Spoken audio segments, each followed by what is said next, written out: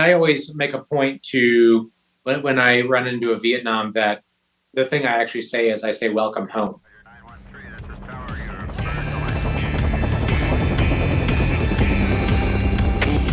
Team Never Quit. Team Never Quit Radio.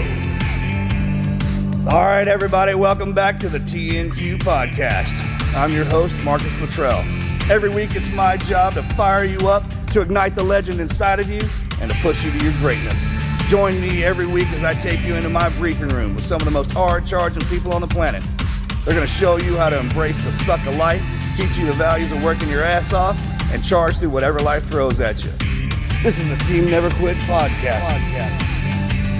So buckle up, Buttercup.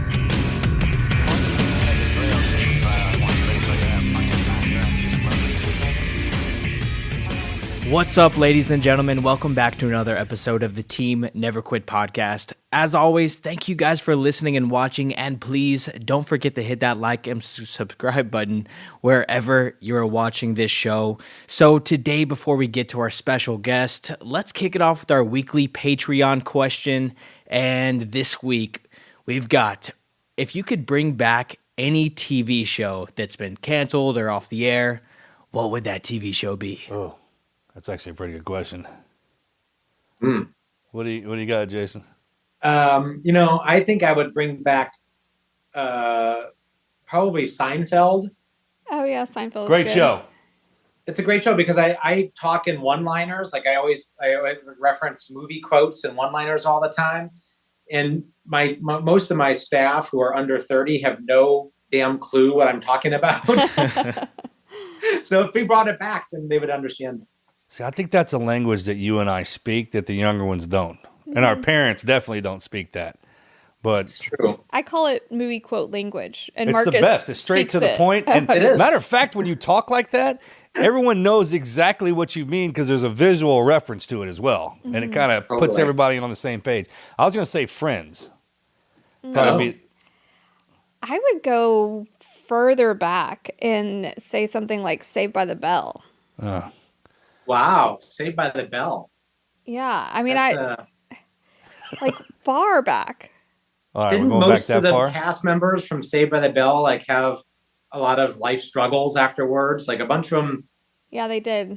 I think that happens. Who was the guy who played Screech? Like, didn't he end up like in jail or something? Or what happened there? But Mark Lopez is still going strong. Or Mario Lopez is still going really strong. He does that E! Entertainment or whatever.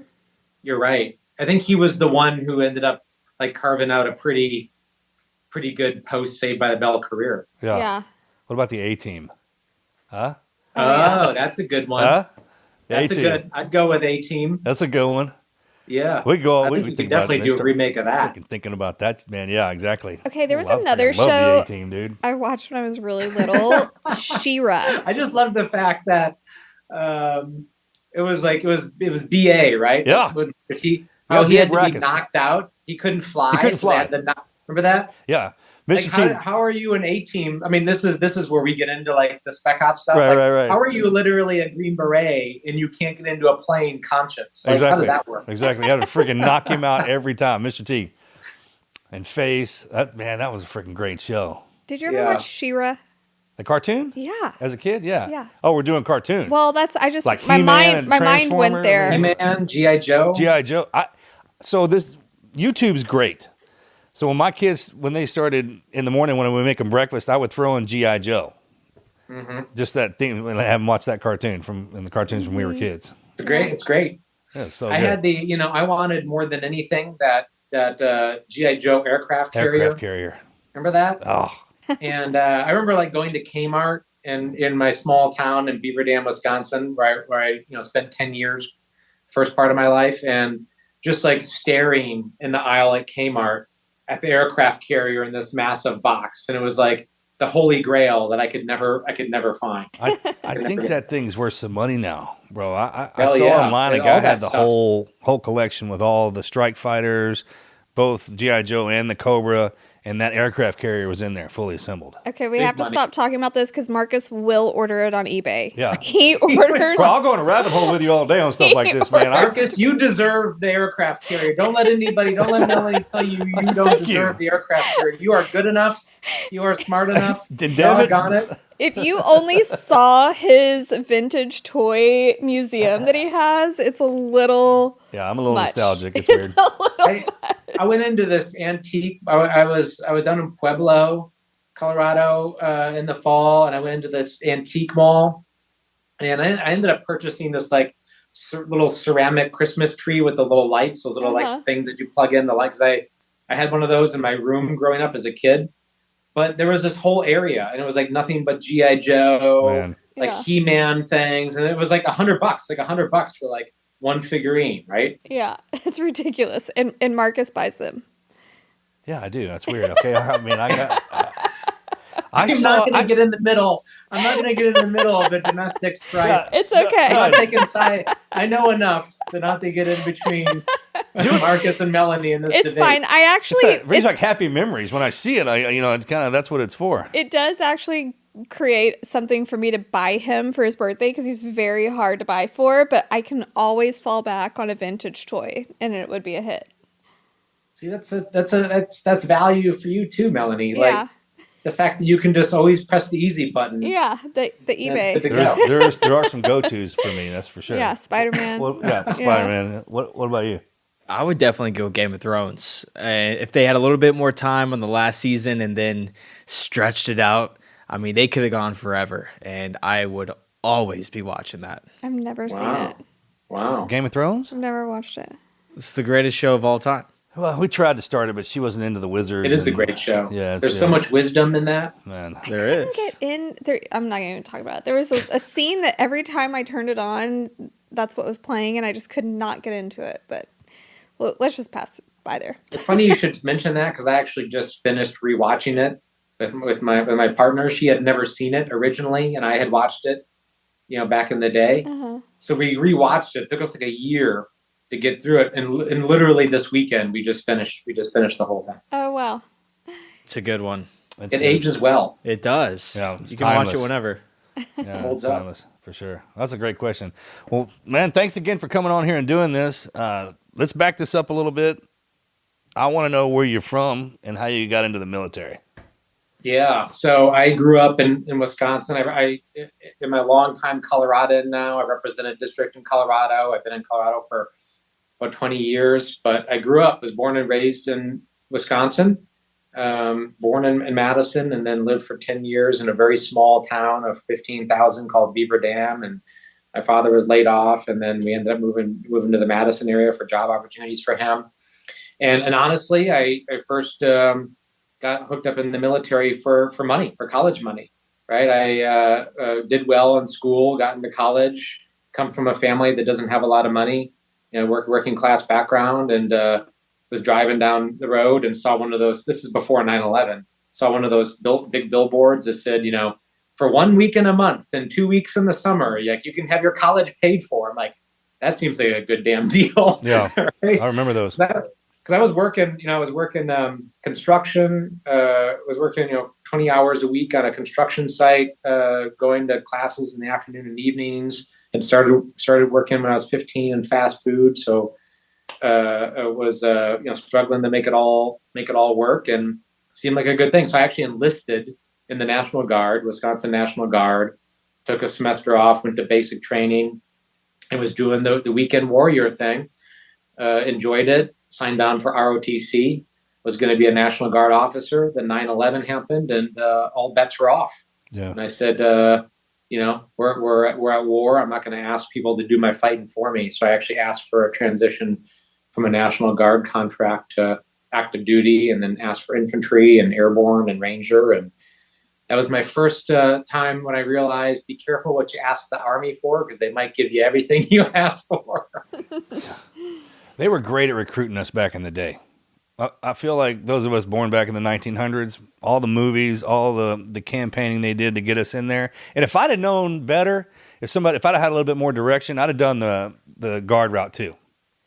just to pay for college. Yeah. I mean, of course, we weren't anticipating the wars kicking off and then making a full transition.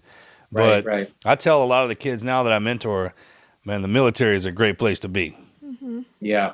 What changed my life, totally changed the trajectory of my life. I wouldn't be sitting here now. I wouldn't have gone to public service. You know, I did it originally for college money. And then I realized that I loved serving the country. Like I had a passion for it. And, you know, that I got bit by the public service bug and there was no going back. There's freedom in that. I feel like that's true freedom when you're actually serving the country. Did you have any in the line of your family? Dad, grandfathers, grandmas, anybody else serving? No, there was some National Guard in my family, a couple of folks that served in the Guard, but really no major military experience to speak of. So my family didn't really know what to make of it. Honestly, they're like, "You're going to do what?" And then I, you know, was the distinguished military graduate of my ROTC class, so I got to choose my assignment, and you know, chose 82nd Airborne Division, paratrooper, and then ultimately went into the 75th Ranger Regiment. But yeah, no background in it. What about you? You guys had lineage? We do all the way back. All the way back. Aunts, uncles, granddads. Literally every single generation in Marcus's family. Military class, service heart kind of deal. Yeah. Wow. Yeah. But it's not pushed on us. Like you know that they're in, and they'll tell a few stories here and there, but there's nothing hanging on the walls or anything. It was never like that. And my father was Vietnam, so he didn't talk about it all. The baby boomers got messed up by their war. I feel definitely. like that whole generation suffered.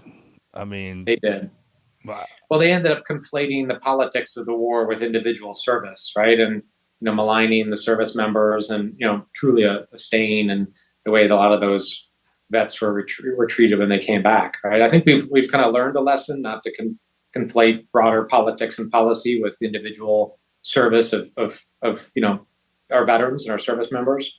But certainly back then we didn't learn that lesson, and it was tough. Oh, our generation got coveted. Mm-hmm. I mean, it was like a full twist. I mean, there are so many things out there for our guys and girls coming back now, and the populace loves them. Mm-hmm. I mean, all the commercials, everything, all the shirts you see, people dressing like us, everything. Yeah. Do you think it's too much? I mean, do you think it's gone to a point where, you know, it kind of changes the way that people view service and the patriotism from the civilians? No, I wouldn't say patriotism. It'd be like the you know, the manner in which folks, you know, put all the vets on the pedestal. And I'm not saying it's bad, but I just wonder, I'll put it this way. Do you think that sometimes it's meant to make people feel better for, you know, the wars that we went through and not wanting to have a deeper conversation about veterans and kind of our failing on veterans policy?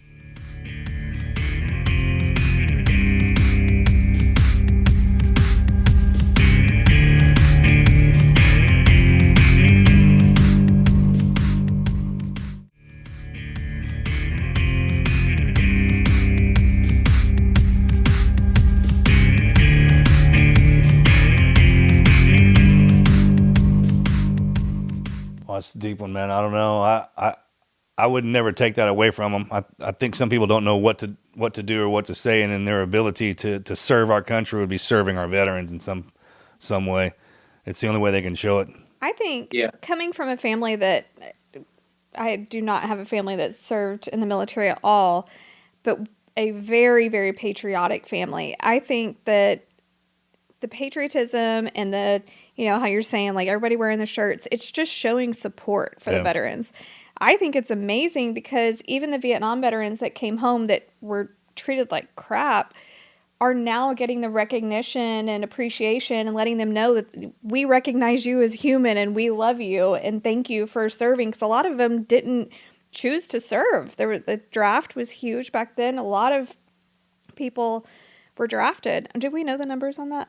I don't. Yeah, I mean, it was a huge number. So just the amount of patriotism that we have now, I think, goes back generations. I mean, look at how we treat our World War II guys now and how we treat our Vietnam guys. It's just, I don't know. I think it's full circle. That's a great point because veterans don't like talking about it anyways. Yeah, so and in order healthy. it's right, right, exactly. To talk about it. Yeah, and civilians, they don't like to ask. I guess it's kind of, I remember what it was like before that, and so you didn't want to, intrude or be rude or anything like that. So I think just wearing something that showed them an outward sign of showing them like, hey man, I got your back no matter what. That's Yeah, yeah. Well, I mean, I always make a point to when I run into a Vietnam vet, the thing I actually say is I say welcome home. yeah. I don't say thank you for service. I'll just say welcome home, brother, because they never got that. Right? Yeah. They never got that welcome. Where does that come from? Because I was taught to do that too. I mean that exact phrase. Really? Yeah. Because I think I said something one time, and they kind of tuned me up for it, and I was like, well, what am I to say? Tell you what, if you see a Vietnam guy and we know who they are, especially our generation, you can spot them. You know exactly who they are. They say welcome, just say welcome home to them, and they respond to that. Yeah, they do, and I get emotional even saying it. Yeah. Right, because I just can imagine this idea of not even being welcomed home, but worse than that, being maligned and marginalized, and how much harder that was for them dealing with PTS and all this trauma. It was really, really tough stuff. I mean, you see the technology we have today for our amputees. I mean, they're making them into Iron Men. I mean, Yeah. it's the most impressive thing. Guys now, they get jacked up and they'll say, hey, man, go ahead and take my leg because I saw this new one you guys are making, and I'd rather have that one instead. The Vietnam guys had mannequin arms. I had a guy that ran one of my foundations. He literally had a mannequin arm for the longest time. Really? Yeah. Oh my Yeah. God. Huh. Yeah, never It was complained like- about it. It was like that. What's the Adam Sandler movie with the golf guy? Yeah. Oh, yeah. Happy Gilmore. Yeah, Yeah, Happy Apollo. Gilmore. It was like that hand. It's not Apollo Creed, Yeah. but what was his name? I can't think of Yeah, it. the name of the Carl character. Weathers. Thank you. Oh, Carl Weathers. Carl yeah. Weathers, yeah. Yeah. One of Happy- my favorite, like, underestimated actors of all time, though. Like, he's Great. just so good. He was great in He was the best in Predator. He was awesome in Predator, man. Freaking Anne Happy It's Gilmore. like- He's Apollo Creed. This goes to the point, like, these are the movies I grew up with, and Yeah. I say this stuff all the time. And like the other day, I was saying the I Ain't Got Time to Bleed, the Jesse Ventura. Ventura. quote. And the people I was with are like, what? Like, what are you saying? Like, they didn't understand where it came from. Yeah. It's when I completely get your sense of humor, which opens up so many doors when you get that, because especially when you drop it. I mean, Yeah. if your timing is on point with those kind of things, man, it know. says so much more. And when I you're know. standing in a room for people who don't get that, they're like, what? All right. So It's we're rabbit holing, man. Yeah. All right, so I had to. you get in the Army, and your first station out of boot camp was Bragg? Well, no, so I enlisted, went to Fort Jackson for boot camp, and then Fort Rucker in Alabama because I was with an aviation unit. And then I did ROTC, graduated. Then I went to what's now Benning. I guess it was Benning, and then Moore, and then now it's Benning again. I guess they changed it back. But yeah, Fort Benning / Fort Moore in Georgia, where I went to infantry school, airborne school, ranger school, and then my first duty station was Bragg. Oh, I check. think second, yeah. Really? You went through all that before you got to your first duty station? It's a bunch of training. That's how we did it. That's crazy. It was like 9 months. Yeah. Back to back, because it was 4 months of infantry school, a month of airborne school, a little over 2 months of ranger school, and then I remember I showed up to my unit at the 82nd Airborne Division, and I had like a week off for Christmas and for the holidays, and this was right before the invasion of Iraq in 2003, and I saluted, Lieutenant Crow reporting, and my company commander was like, "Your platoon's out there in formation. We're going to war in 3 months. Train them well. Good luck." Oh my And that was gosh. my first. That was my first, what I like to call, bucket of cold water moment. Oh, yeah. You've had them too. I mean, it's Oh, like, yeah. wow, this is real. Did you sign up for Ranger School? I did, yeah. What's that like? Well, it sucks. It Thank really you. sucks. I knew. Yeah. Right? Like, and I mean, you've been through buds and done that, but it's just like it's just an attrition game, right? Everyone's like, oh, it's the best small unit tactics school in the country. I'm like, really? Because after the first 72 hours, I can't remember shit Right. because I was so tired and hungry. and it just, that's the thing, is you get a couple of hours of sleep a night. You get like one meal, maybe 2 meals a day. You're cold. I was a winter ranger. There's all these Oh, distinct yeah. I went through during the winter, and you don't think that Georgia is cold in the winter. Georgia is cold in the winter. Oh yeah, for sure. Yeah, it gets cold down here. Yeah, so it's just a suck fest is all it was, right? You're just cold and tired and hungry for 2 months, basically. So when our officers get in trouble, they get sent to y'all. They have to go to Ranger School. That's how we do that. It's into Yeah. How about except that? for the fact my ranger buddy was a Polish army officer because he was went through one of these IMET, these military exchange training programs, and all the Americans we were sucking and we're like we're cold, we're hungry, and my buddy. The Polish officer was like, "This is great. I get one square meal a day. They let us shower. Like, if you're sick, you get medicine. Like, I love this. Like, he was living his best life." Isn't that crazy? The difference between us like that. Like Yeah. You get in a program with some of those foreign exchange guys, and they'll be in heaven. Like this is the best time of my life ever. Tough guy. They Makes are. you appreciate home and just everything that we have to offer is. I mean, even in the government, even in military, yeah. Yeah, absolutely. It's a big deal though when we guys get cross-rated like that, because when we do interops, when our officers would walk in and we wear the Ranger tab underneath their front pocket. Oh, is that right? Yeah, they're not allowed to wear it on our sleeves, but they'll wear it. What was the toughest? Was Buds the toughest for you? Yeah, yeah, hands down. Sniper school sucked, but for the overall kick in the nether region is Buds. It's designed that way for a reason. Well, and you did 18 Delta. Yeah, I was at Bragg for 18. Was that right? Yeah, oh, and that was a mental kick in the face. Yeah. So that's the medical, right? Yeah. Yeah, I heard that's really hard. My best friend's in the Rangers. He was originally an 18 Delta, become an EA. Yeah. As a master sergeant and did Delta as well, and then I went over to the Rangers. Tell us about your time with the Rangers.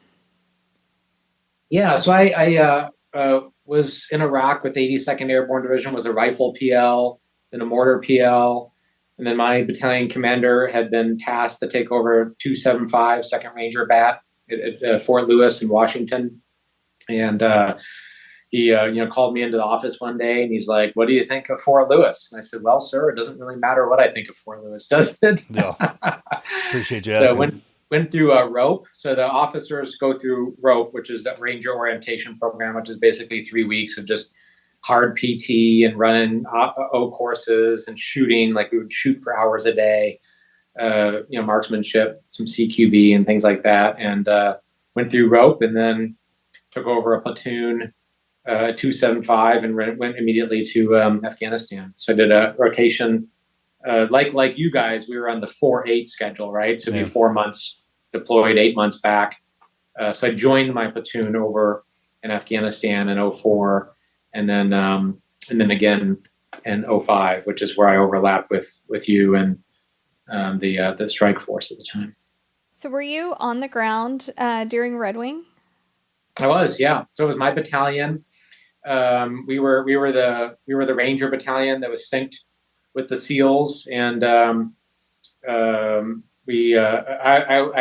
had been at Salerno, forward operating base Salerno, for most of Salerno and Chapman. Remember Chapman? Yeah. So I'd have been. Man, I haven't been. Yes. Yes, I was down there with the strike force in that area. Is that where they laid y'all up there? I'm sorry, I didn't mean to interrupt. That's where you were laid up that whole time? Well, they during your operation, I had been ripped out. We were in the process of being ripped out. The other time was coming to take us out. So I had just flown back to Bagram when the shit hit the fan and Red Wing kicked off. So I ended up doing air operations. I was helping as assistant S3 air, helping coordinate some of the air ops for the rescue mission. Bro, we would land in Salerno to drop in before we went out even further, and we'd get stranded there every now and again because runway would get when it would rain and we couldn't get the planes couldn't land. They could pull us out of there. I mean, for weeks we get stuck there because we used to go over there and steal y'all's laundry because we didn't have any clothes to wear. And you got to believe this place they stuck us, man. It was just out in the middle of nowhere. That and Chapman. Yeah, Chapman was like definitely out in the middle of nowhere. I remember the SEALs over at Chapman had those monkeys. They had like a cage of live monkeys, and then literally these places, man. literally the seal. I'm like, I rolled up in there and like, why do you have a bunch of like live monkeys? what is going Random. on here? Dude, And until one of the seals got bit by the monkey, and somebody like higher up was like, okay, all right, enough with the monkeys. It's like someone's gonna get some crazy tropical disease here. That's how it worked. It's like we were allowed to get away with some stuff till somebody got hurt, and then it'd be like, oh, okay, now we got to reel everything back in. How do you even get monkeys? I mean, I Afghanistan? had turkeys. My platoon had pet turkeys in Iraq, and that's simply because I was trying to figure out how to get them a Thanksgiving meal. Yeah. We were stuck there. We hadn't had anything but MREs and like bologna sandwiches for months. So Thanksgiving was coming up, and I'm like, I'm gonna pull this off. Like I'm gonna pull off the coup of having like a fresh turkey meal for my platoon.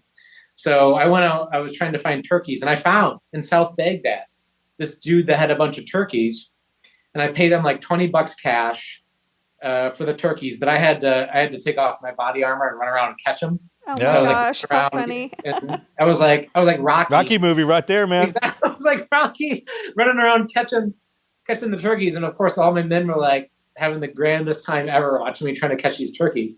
So I caught the turkeys and brought them back to the fob, and I'm like, I've got turkeys. And by the next day, my platoon had created this turkey habitat and like built it out and had named them Fred and Wilma. I'm like, we're not eating these turkeys. Yeah, are I can't name them. Yeah, you can't ever name what you're Never going to name eat. what you're going to eat. Once they were named, I'm like, it's over. Yeah. No one's eating these turkeys. I squared away. You found that though, man. Uh-huh. Catch a I turkey. couldn't believe it. I couldn't. A bunch of Iraqi turkeys. I couldn't believe it. That's hilarious.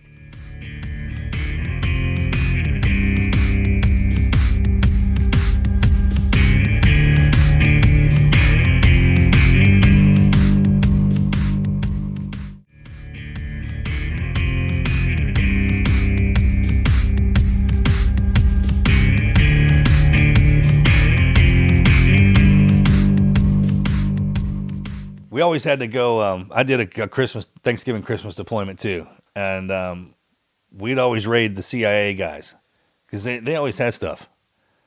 So yeah, we got the. they had good stuff. Yeah, they always They had a good lot of stuff, man. We go trade with them, barter with them. Yeah. That's hilarious. So, Yeah. with the 20th anniversary coming up of Red Wing, we are trying to hear everybody's different perspectives of the mission. Just can you share like the details that you remember? Yeah. So remember it happening and the compromise and the shoot down of the rescue birds and just the major hit for our task force. And then my buddy Rick English was one of my closer friends. Went in. He was our recce PL as you recall. Yeah, Marcus, and he went in and helped get you out. And Rick is just an incredible guy. He's since passed away. yeah. But he obviously was a big part of it, and some of our Ranger reconnaissance folks were a big part of it. And it was a huge hit. And I feel kind of weird saying that because obviously it was your buddies and you were closer to them. But when the task force takes a hit like that, we all feel it to some degree. And then I went home. We're like within days afterwards, right? It was like that weird transition that we all make when we were, in special operations, where there was like really no transition. You literally just get on the special air mission bird, and 20 hours later, you're at the shop at Back home. Back home. It's so fast. So fast. That's great. No transition. And when we were like, wow, like I just a day ago I was in in the combat zone. That's it. the thing about Bagram and 05 when we were all there is everyone knew each other. Or one degree of separation, basically. At the very least, 1 degree. I mean, and that usually never happens. I mean, you'd have face time with the pilots, with the air assets, artillery, everybody. Yep. We all kind of ate at the same place. And then, Everybody. then there was There was that gym. There was that really pretty good gym. gym. The half shell gym. Yeah, yeah. the OCF, because we were all at the OCF compound, and that gym was sick. Man, it was in the middle of the freaking hell, dude. But it was like, we can turn anything into paradise, right? If you when you assimilate, and we just always run into each other doing that in garrison like that. And then when you went out, everyone knew when someone was going outside the wire, even if you were top secret. It's just kind of the way it was, because we had to have somebody watching out for us at all times. And then what he was talking about, when guys would rip in, you'd literally be with some guys, and they sent a few in ahead of time to kind of advon, to get everything situated. But then right overnight, man, as soon as one bird landed, they throw them suckers on there and they're gone forever. Gone, yeah. Just like that. Amazing. Yep. It was, I mean, that op tempo was unbelievable looking back on it, right? Like, it helped that I was in my 20s. It absolutely does. That's why we send them. But like, constantly just going. It was really something. It was really something. But yeah, if you have a good gym, it all comes together. That was like my first priority after the fall of Baghdad. And we all took over sectors, and with my airborne platoon.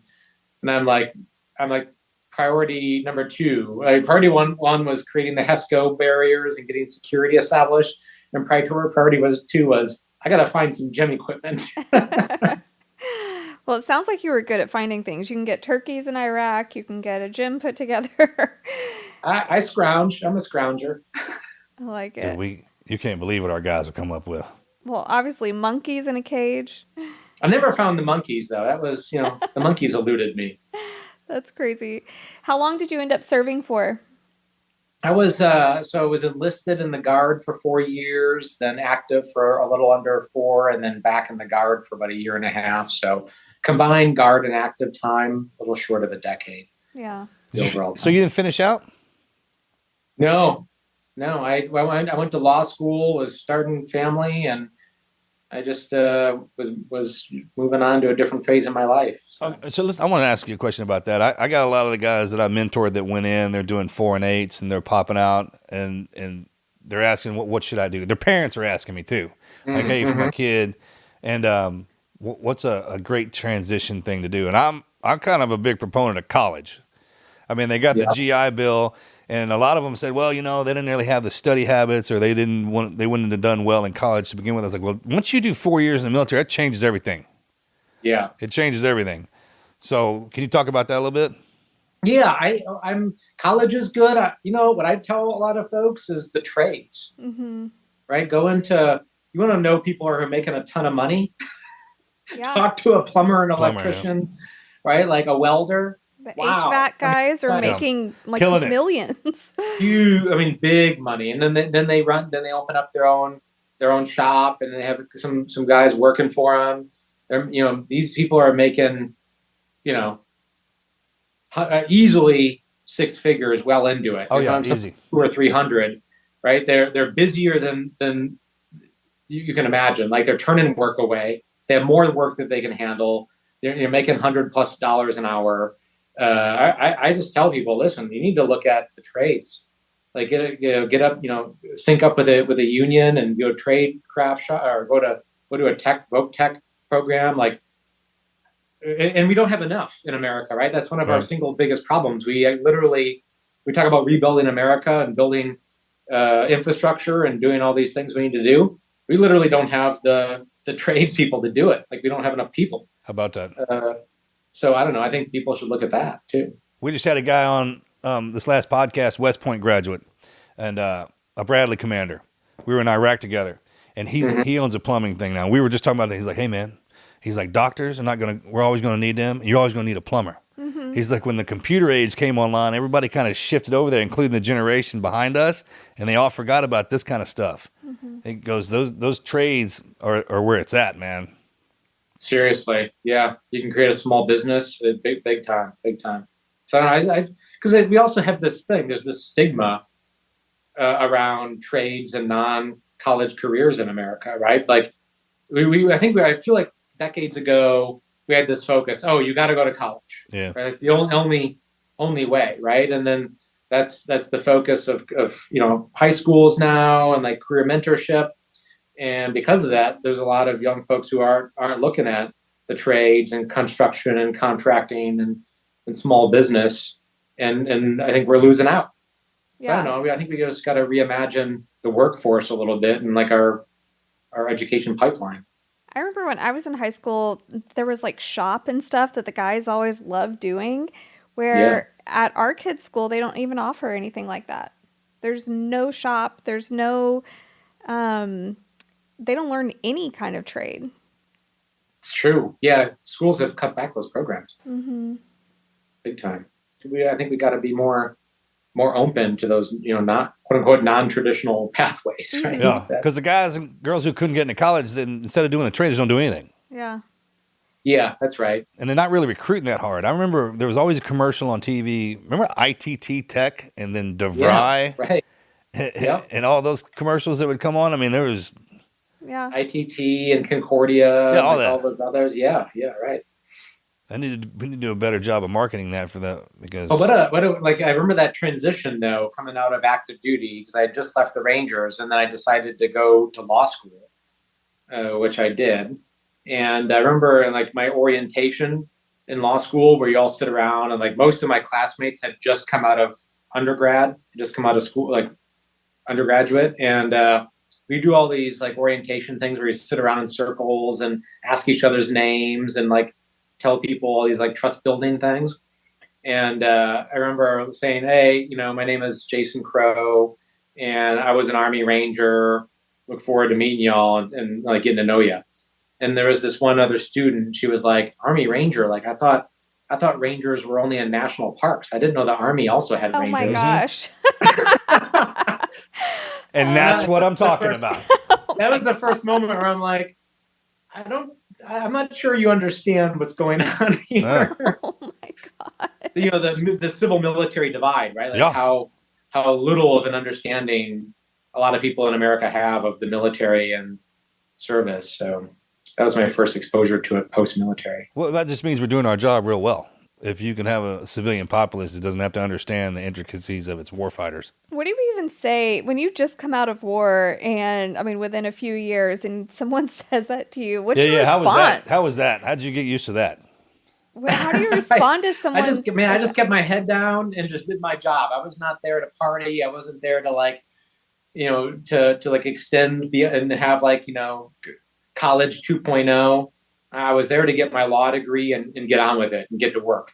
So I just kind of did my thing.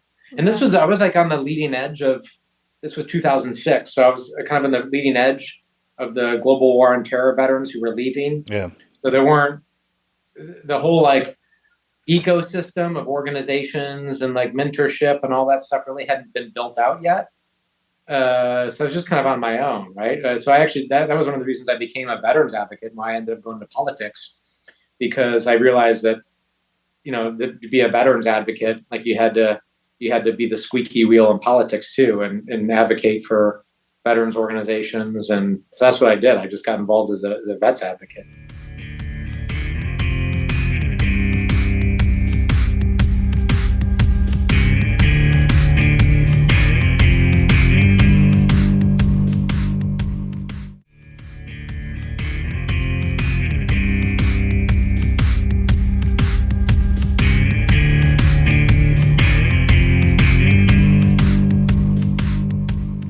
What are some of the things that you see as an advocate for veterans that's most needed?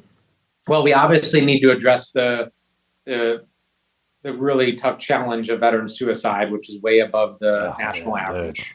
That's way crazy. above the national average. Yeah. And I have this bill.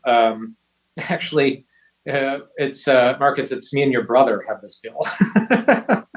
I just realized Morgan's my Go like hell, man. If you got him on board, bro, get it done. I know. So Morgan and I have this bill that is trying to stop veteran suicide at VA facilities, because here's a tough stat, and I always get a little choked up when I talk about this, but a lot of our fellow vets take their lives at VA facilities because they know that they'll be taken care of after the fact if they do it there.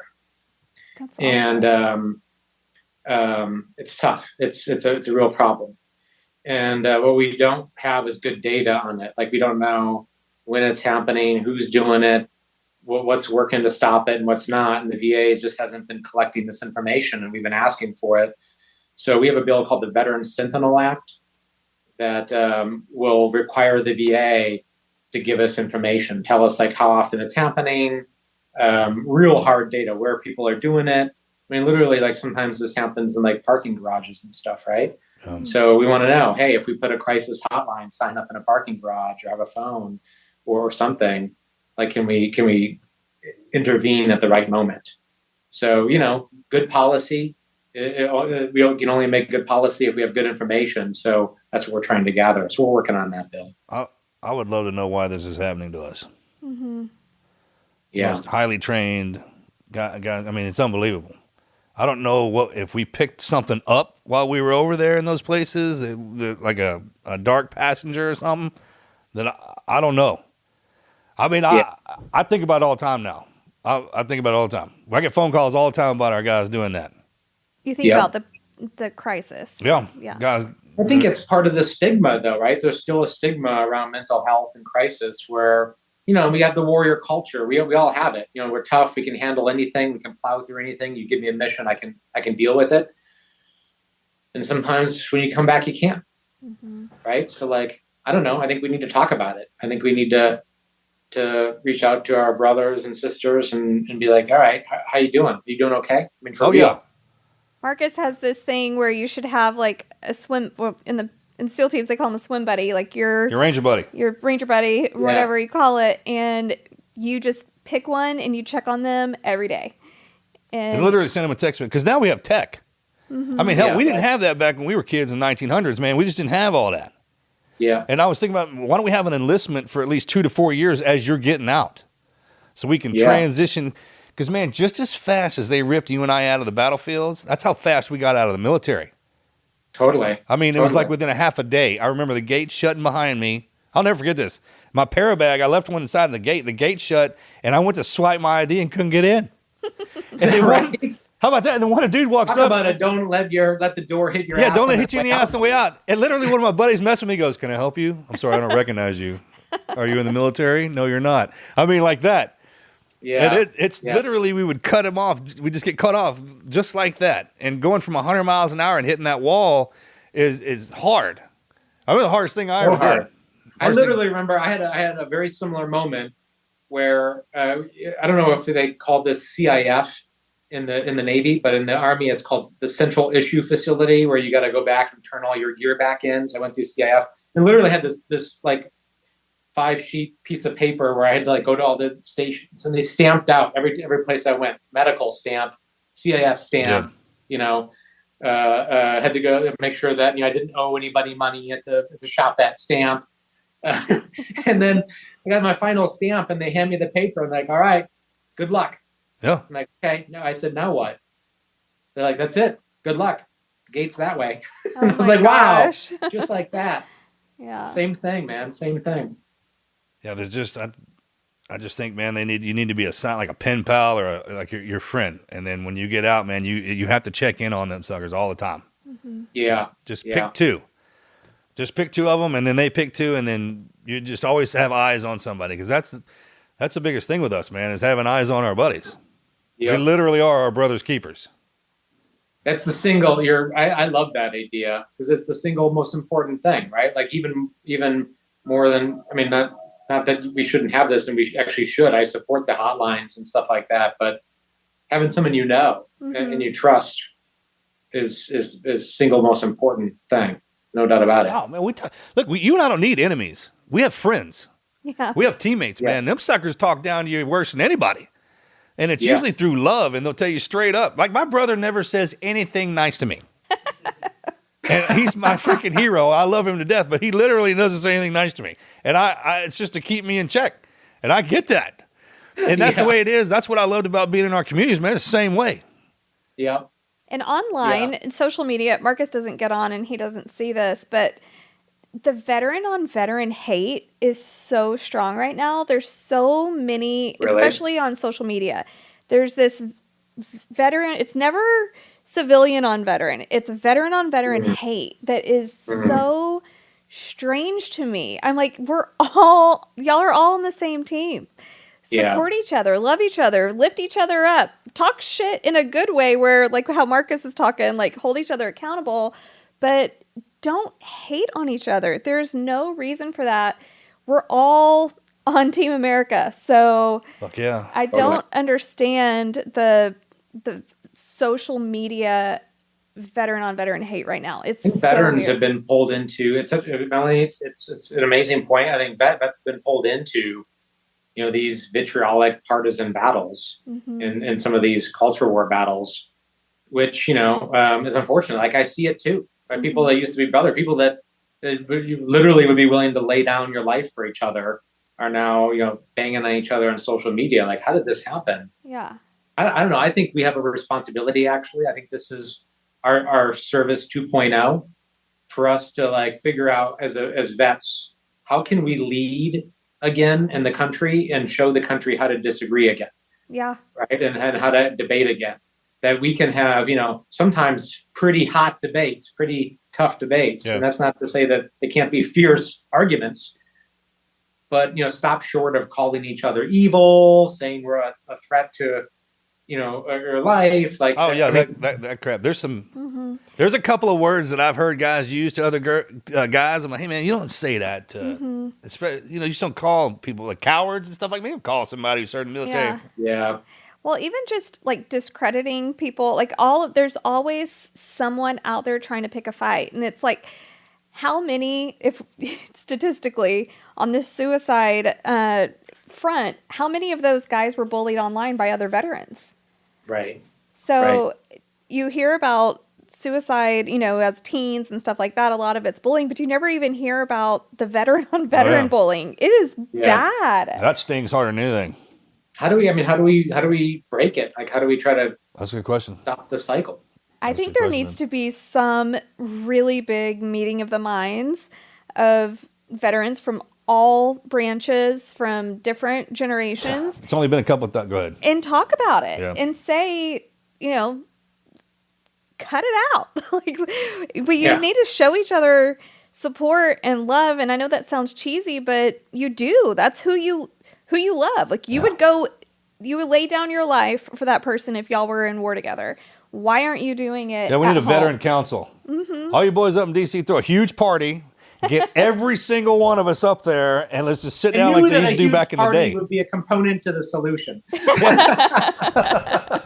All right, like Marcus doesn't drink anymore, so a I'm party not sure what the without other alcohol. elements are, but I am sure that a big party is an essential element. Yeah, I mean, when we get together, man, what are we talking about here? I think that's what needs to happen. Just a big rally, all of us get together, blow off some steam, then have the rules like the commandments. Look, when you get out, you got to act like this. We have them when we're in. Yeah. You got your general orders when you're in. Totally. Let's just make it. Hey, you don't ever get out of this. You never get out. Matter of fact, you go into the military to become a veteran. That's the best part. And then we do a better job. I mean, our generation is going to have to do that. I feel that our generation is different than the one ahead of us and the ones behind us. And we've taken the most, we take pain like you can't believe and everything in between. Why not us? Let's just be the ones to do I think that. I view it similar to, and I'm not comparing ourselves to the greatest generation, but I'm saying the responsibility is similar, right? The greatest generation fought World War II, defeated fascism, and they came back and they became the civic leaders, the political leaders, the business leaders. They set the standard for, what citizenship was about. It was not just about duties, but also responsibilities to each other and fulfilling obligations. Yeah. Here and it was like a lifetime commitment to service. And I don't know, I think we need that call again for our generation of veterans to be like, we need to stand up and serve again and show how we can do it right and stop tearing each other apart. Yeah. Hell yeah. That's because that leads down bad roads. It does. We're real good at that. I mean, we fight terrorists for a living. That's what you and I did. Yeah. Like if we start fighting each other, we fight like terrorists. Yeah. I mean, we can terrorize you. We literally have the capabilities to do that. I can't believe, and not even pissed off. I don't even know what would happen if we got pissed off. And like, oh, heaven help everybody if that don't give a shit switch flips. Because then it's real bad. We need a positive outlet for the energy, right? We need Yeah. good people, and I don't know. I think people want to be asked to serve. People want an opportunity to step up. Yeah. In a positive way. Sure, man. It feels so I much mean, we better. have the bipartisan Veterans Caucus in Congress, and it's been amazing, right? It's 50-50 roughly. We call it a Noah's Ark caucus because you got to join with somebody from the other side of the aisle, right? That's great. That's great, Right? man. And we have it. There's like almost 40 of us now, and because vets like pledges, we actually created a pledge. That's And so it's cool. actually really simple. It's, we're not going to campaign against each other. We're not going to bang up on each other on social media or on TV. We're going to co-sponsor each other's bills. And actually the Man, fourth that's a great one, idea. the important one, is we're actually going to get together outside of work. So after votes, we're going to grab a beer. We're going to go to dinner. We're going to get to know each other because it's amazing when you actually get to know someone, become a buddy with them. Oh, it changes everything. You're not going on CNN or Fox or whatever the case might be and banging up on them. Yeah. Right? When you're having dinner with them and their spouse that night. Yeah. For It sure. moderates That ought to your be behavior. mandatory. You Yeah. get assigned if you're a Republican, you get assigned a Democrat. There's your buddy. You guys got to work together and get this thing figured out. I mean, Well, it turns out it works actually because we're small. We're a small group compared to the larger, but we actually are one of the most successful caucuses in Congress. We've passed over 100 bills into law in the last 6 years. 100. Crazy. Doing that. well, man, keep that energy going, man. Grab my brother and go like hell. And we're doing I mean, it. cut We're a gonna swath do it. through it. Man, we're going to close this out. I know you probably got to get going, man. We've gone over an hour now, but thank you again for coming on here. And go ahead. I had one question. Are you supporting the psychedelic research for veterans? I am. Yeah. I've Good. signed on to that. So Crenshaw got a hold of me on that one. Yeah, it's So- really. I would have never been the person to advocate for psychedelics. I am not. I've never. I don't know. Drugs just isn't my thing. The whole word scares me. But I have seen firsthand that what it actually does and the healing that it brings is there's nothing else like it. So it's really amazing. I have heard a lot of positive stories about it. A lot of people swear by it that has saved their lives. And listen, I'm clearly the old method of someone has chronic pain or TBI or PTS, and you just pump them with opioids. Clearly, that's not going to work. No, Right? it's Like- not working. Yeah, we And tried that's that. that's killing folks too. Yeah. Right. So I'm all about cannabis research, psychedelic research. Like we again, this goes back to the data point. Like, let's research it. Right. Let's see what works. Let's see what doesn't work. Mhm. Let's see how we can take the stuff that works and scale it and do. I mean, we owe it to the vets. So Yeah. I'm definitely supportive of that effort. Awesome. That's Thank great, you man. for coming Yeah, thanks, on. brother. I appreciate you, man. God bless you. Yeah, it was great to chat with you all. Truly, I'd love to do it again. Yeah. We're Let here me if you know need when anything, you're man. at DC too next time. We'll be there in June for the congressional baseball game. game. Oh, nice. Okay. Yeah. All right. It's the only time I think this should be America's game. Yeah. When the congressional baseball game. Like, if you want to hoot and holler and yell at somebody, just go to this thing, because that's where you can do it. And leave it on the field. Yeah. Get it all out. Get it all of your out on there, because I'm going to yell at my brother. Yeah. You gonna heckle him? I'm going to You're heckle gonna- my brother like you can't believe. He's the All catcher, right? Yeah, he's Do it. catcher. I'll heckle him. All right, brother. Thanks again, man. Yeah. All right, guys. Yeah, appreciate it. And so how should everybody find you? Yeah. Oh, well, you can. I'm on X under Jason Crow, so you all can find me there. Follow me. That's the best place. Instagram. I have all the social media following. So, Awesome. Okay, brother. and my favorite is when I do my weekend night when I start drinking whiskey and tweeting on my own. So that's always the best stuff. It always turns out good. It turns out good. That's funny. Awesome. All right, guys. Yeah, All bro. right. That's great. It's a Thank you. pleasure. Thank you. Thank you. All right, take it easy.